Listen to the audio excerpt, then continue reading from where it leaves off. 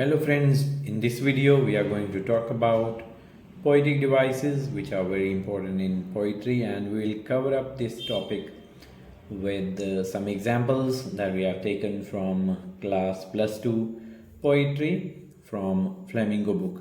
So let's begin. First of all, it is very important for us to know what the poetic devices are. Poetic devices are techniques that writers use to create a special and pointed effect in their writing to convey information, concept, and idea, or to help readers understand on a deeper level. Poetic devices techniques होती हैं जो कि writers द्वारा use की जाती है ताकि एक इफ़ेक्टिव जो प्रेजेंटेशन है वो क्रिएट की जा सके, इंफॉर्मेशन जो है उसे दिया जा सके, कंसेप्ट और आइडिया जो है उसको और क्लैरिटी से बताया जा सके ताकि रीडर्स को वो अच्छे से समझ आए. Used in writing for emphasis और clarity. Used to connect readers more strongly with the story as a whole or specific characters themes. Connection बहुत अच्छा एक ज़रिया है अगर हम समझना चाहते हैं किसी भी जॉनरा को, किसी भी पीस ऑफ राइटिंग को. तो इसलिए जो राइटर्स हैं, जो पोइट्स हैं, वो इस टेक्निक को यूज़ करते हैं, पोइटिक डिवाइसेस को यूज़ करते हैं ताकि वो स्ट्रॉन्गली रीडर्स को कनेक्ट कर सकें मेन कैरेक्टर्स के साथ, थीम्स के साथ. अब ये एक ब्रॉड कॉन्सेप्ट है. पोइटिक डिवाइसेस को दूसरे रूप में लिटरेरी डिवाइसेस भी कहा जाता है.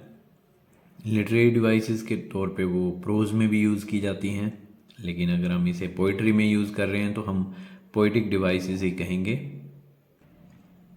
Poetic devices used in the poems are note words, phrases in a poem sometimes may reflect more than one poetic device, so there might be an overlap of poetic devices in the same phrase.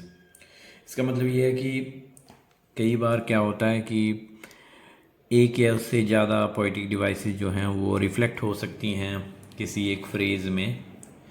तो कई बार multiple poetic devices भी use होती हैं जो हमें ध्यान में रखना पड़ता है. सबसे पहली पोएटिक डिवाइस है सिमिली, और इसकी अगर डिस्क्रिप्शन देखें तो is a comparison between two distinctly different things and is indicated by the use of word like और एज.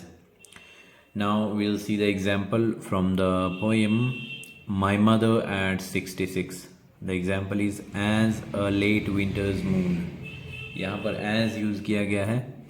तो जब हम कंपैरिजन करते हैं टू डिस्टिंक्टली डिफरेंट थिंग्स के बीच में, और साथ में हम यूज़ करते हैं लाइक और एज, तो उस पोएटिक डिवाइस को सिमिली कहा जाता है.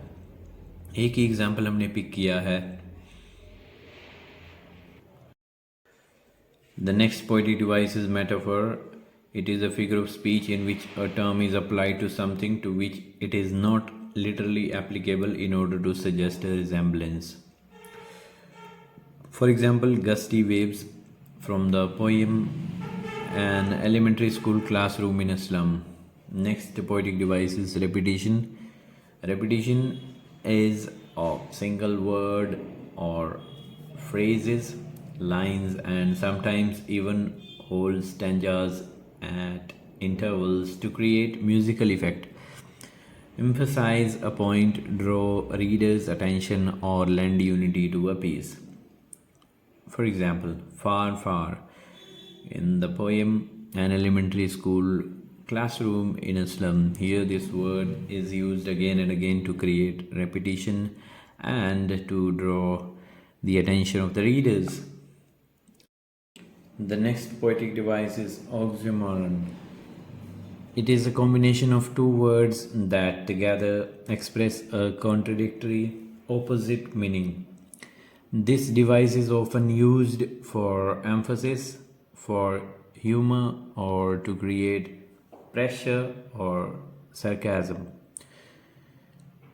Example: beneficent beasts of prey from the poem A Roadside Stand.